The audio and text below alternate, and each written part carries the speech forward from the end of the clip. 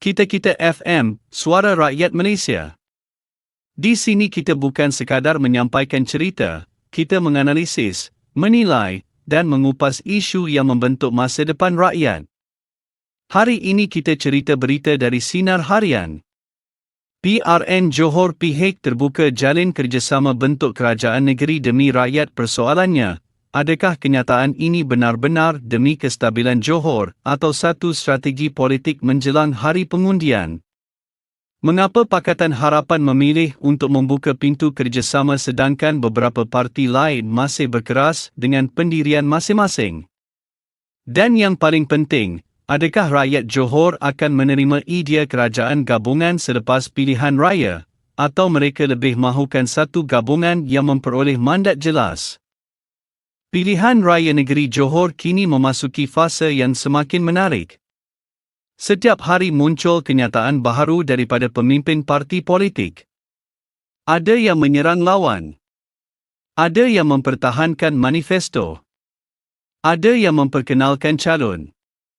Namun kenyataan yang dibuat oleh calon Pakatan Harapan bagi Dewan Undangan Negeri Puteri Wangsa, Dr. Mazli Malik, telah membuka satu dimensi baharu dalam perbincangan politik Johor.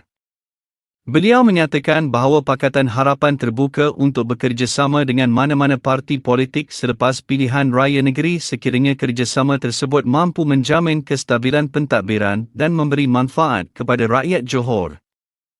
Kenyataan ini bukan sekadar berkaitan pembentukan kerajaan. Ia sebenarnya memberi gambaran tentang pendekatan politik yang ingin ditampilkan oleh Pakatan Harapan. Dalam suasana politik Malaysia yang semakin berpecah kepada pelbagai gabungan, kemampuan untuk bekerjasama sering dianggap sebagai salah satu faktor penting dalam memastikan kerajaan dapat berfungsi dengan stabil. Namun begitu, kenyataan ini juga mengundang pelbagai tafsiran. Ada yang melihatnya sebagai satu pendekatan matang.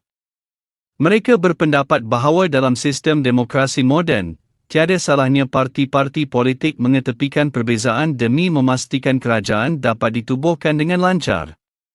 Sekiranya tiada satu gabungan memperoleh majoriti yang mencukupi, maka rundingan politik menjadi sesuatu yang hampir tidak dapat dielakkan. Tetapi terdapat juga pihak yang melihat kenyataan ini sebagai satu strategi politik.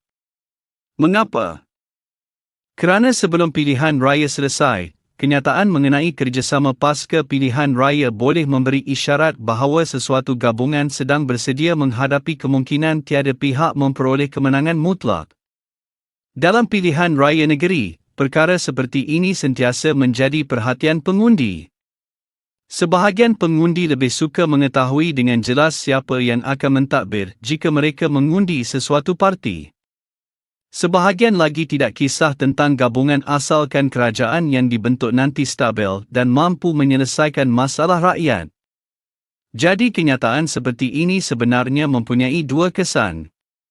Pertama, ia boleh menarik pengundi sederhana yang mahukan kestabilan. Kedua, ia juga boleh menimbulkan persoalan dalam kalangan penyokong tegar yang mungkin mengharapkan garis pemisah politik yang lebih jelas. Menariknya, kenyataan Dr. Mazli muncul selepas pengerusi Perikatan Nasional Johor menegaskan bahawa gabungan tersebut tidak akan bekerjasama dengan Pakatan Harapan selepas pilihan raya. Ini menunjukkan terdapat perbezaan pendekatan yang cukup ketara. Di satu pihak, Pakatan Harapan menyatakan mereka terbuka. Di pihak lain, Perikatan Nasional menyatakan mereka mempunyai batas tertentu dalam soal kerjasama politik. Dari sudut strategi kempen, kedua-dua pendekatan mempunyai kelebihan masing-masing. Pendekatan terbuka memberi gambaran bahawa parti tersebut bersedia mencari penyelesaian demi kestabilan negeri. Pendekatan tegas pula memberi keyakinan kepada penyokong bahawa parti itu konsisten dengan prinsip politiknya. Persoalannya sekarang ialah pendekatan manakah yang lebih diyakini oleh rakyat Johor? Jawapannya hanya akan diketahui apabila keputusan pilihan raya diumumkan nanti. Selain isu kerjasama, kenyataan Dr. Mazli juga memberi penekanan kepada kepelbagaian. Beliau menyatakan bahawa walaupun berbeza haluan politik, Semua pihak boleh duduk semeja sekiranya kepentingan rakyat menjadi keutamaan. Ini merupakan naratif yang cuba menonjolkan politik kerjasama berbanding politik permusuhan. Namun dalam realiti politik, perkara ini tidak semudah yang disebut. Setiap parti mempunyai manifesto sendiri. Setiap parti mempunyai penyokong sendiri. Setiap parti juga mempunyai garis dasar tertentu yang perlu dipertahankan. Apabila dua atau lebih parti bekerjasama selepas pilihan raya, mereka perlu mencapai persetujuan dalam banyak perkara. Pembahagian jawatan, dasar ekonomi, pembangunan negeri, perancangan kewangan, pelaburan, peruntukan kawasan, dan pelbagai lagi isu yang memerlukan kompromi. Sebab itulah pembentukan kerajaan gabungan sentiasa menjadi cabaran besar. Rakyat pula biasanya akan menilai hasil akhirnya. Jika kerajaan stabil dan ekonomi berkembang, mereka akan melihat kerjasama itu sebagai sesuatu yang berjaya. Namun jika berlaku pertelingkahan dalaman, rakyat juga akan menjadi pihak pertama yang merasai kesannya. Dalam kenyataan yang sama, Dr. Mazli turut menyatakan bahawa sambutan terhadap kempen Pakatan Harapan di kawasan Puteri Wangsa amat menggalakkan. Sudah tentu setiap calon akan berkongsi keyakinan terhadap sambutan yang diterima sepanjang tempoh berkempen. Namun ukuran sebenar tetap berada di peti undi. Suasana ceramah, sambutan ketika walkabout, kehadiran di media sosial. Semuanya memberi petunjuk tertentu. Tetapi keputusan akhir tetap bergantung kepada undi yang dikira.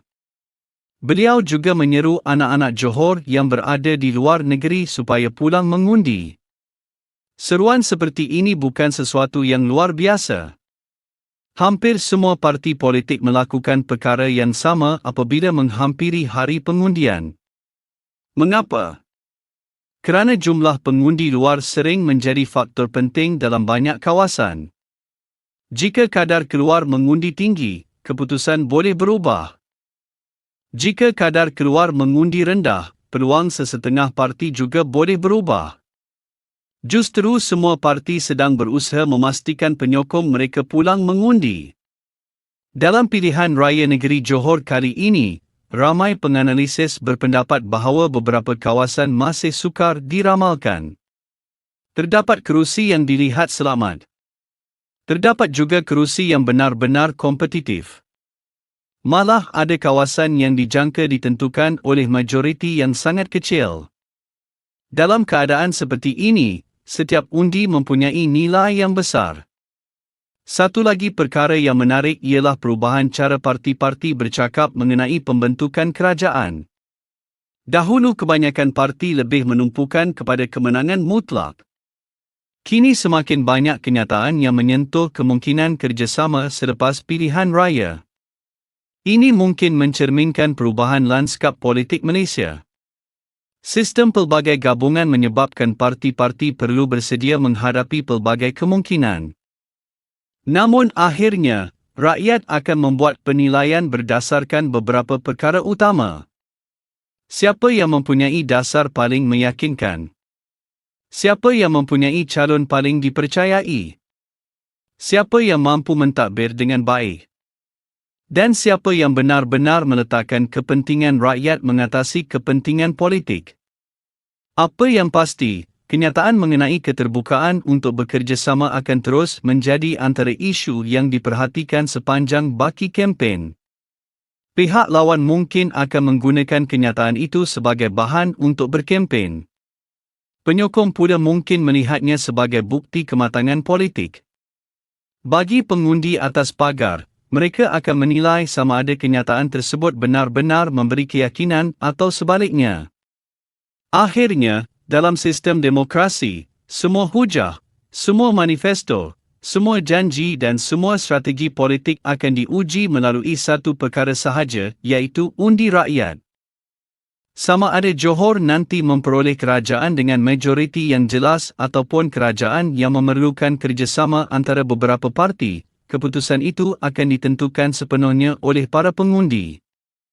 Sebagai rakyat, perkara yang paling utama ialah memastikan proses demokrasi berjalan dengan baik, menghormati pilihan majoriti, dan mengharapkan kerajaan yang terbentuk nanti benar-benar memberi tumpuan kepada pembangunan ekonomi, peluang pekerjaan, pendidikan, kebajikan, pelaburan serta kesejahteraan seluruh rakyat Johor tanpa mengira latar belakang politik. Itu dia ulasan dari Kita-Kita FM, suara dari hati rakyat Malaysia. Jangan lupa kita bukan sekadar mendengar, kita menganalisis, menilai, dan bertindak. Jumpa lagi dalam segmen seterusnya. Terima kasih.